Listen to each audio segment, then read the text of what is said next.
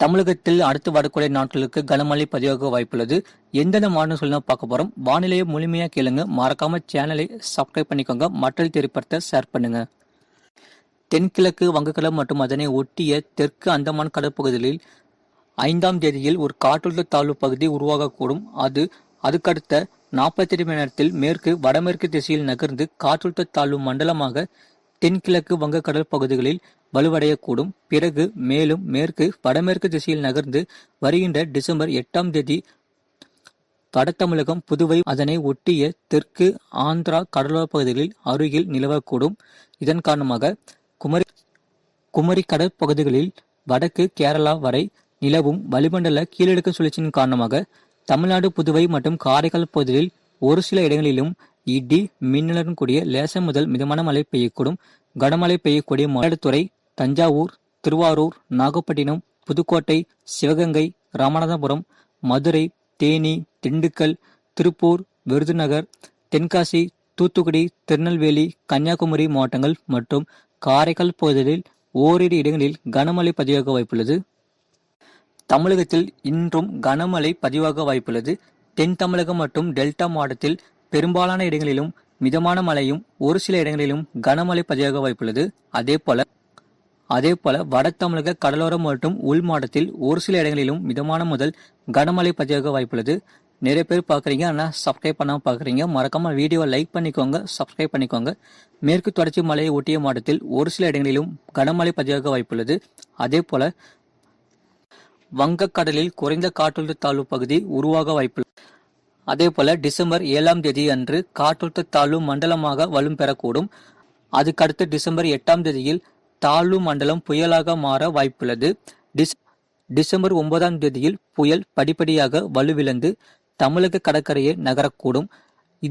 இதன் காரணமாக மழையை பொறுத்தவரை மிக கனமழை முதல் அதிதீவிர கனமழை பதிவாக வாய்ப்புள்ளது.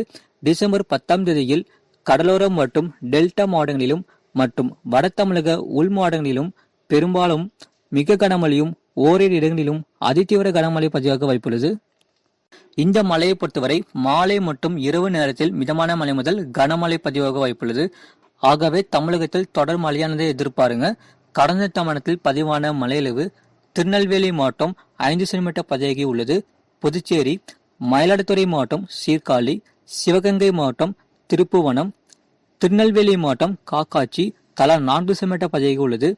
தஞ்சாவூர் மாவட்டம் கீழ் அணைக்கட்டு, கடலூர் மாவட்டம் லால்பேட்டை, அதேபோல மயிலாடுதுறை மாவட்டம் கொள்ளிடம், கடலூர் மாவட்டம் புவனகிரி, அதேபோல சேலம் மாவட்டம் ஏற்காடு, கடலூர் மாவட்டம் ஆட்சியர் அலுவலகம், கடலூர் மாவட்டம் காட்டுமன்னார் கோவில் தலா 3 சென்டிமீட்டர் பதிவாகி உள்ளது.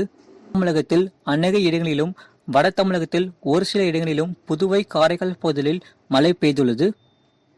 மதுரை மாவட்டம், மேலூர், கடலூர், நீலகிரி, திருச்சி மாவட்டத்தில் தலா 2 சென்டிமீட்டர் பதிவாகி உள்ளது. தூத்துக்குடி, திருநெல்வேலி, மதுரை மாவட்டம் சிதம்பரம், நாகப்பட்டினம் மாவட்டம் திருப்பூண்டி, நீலகிரி மாவட்டம் குன்னூர், திருச்சி மாவட்டம் மணப்பாறை, திருவாரூர் மாவட்டம் மற்றும் விழுப்புரம், கடலூர், கரூர், ராமநாதபுரம், திண்டுக்கல், கடலூர், கரூர் மாவட்டத்தில் தலா 1 சென்டிமீட்டர் பதிவாகி உள்ளது. சென்னை மற்றும் புறநகர் பகுதிகளுக்கான வானிலை முன்னறிவிப்பு. அடுத்த 8 மணத்தில் வானம் ஓரளவு மேகமூட்டத்துடன் காணப்படும். ஒரு சில இடங்களிலும் இடி மின்னலுடன் கூடிய லேசான முதல் மிதமான மழை பெய்யக்கூடும். அதிகபட்ச வெப்பநிலை 30 முதல் 31 டிகிரி செல்சியஸ் மற்றும் குறைந்தபட்ச வெப்பநிலை 25 முதல் 26 டிகிரி செல்சியஸ் அளவில் இருக்கக்கூடும். மீனவர்களுக்கான எச்சரிக்கை. அந்தமான் கடற்பகுதிகள் மற்றும் அதனை ஒட்டிய தென்கிழக்கு வங்கக்கடல் பகுதிகளில், குமரி கடற்பகுதிகள், லட்சத்தீவு பகுதிகள் மற்றும் கேரளா கடலோர பகுதிகளில் சூறாவளி காற்று மணிக்கு 40 முதல் 45 கிலோமீட்டர் வேகத்திலும் இடையிடையே 55 கிலோமீட்டர் வேகத்திலும் வீசக்கூடும். மேற்குறிப்பிட்ட நாட்களில் மீனவர்கள் இப்பகுதிக்கு செல்ல வேண்டாம் என்று அறிவுறுத்தப்படுகிறார்கள்.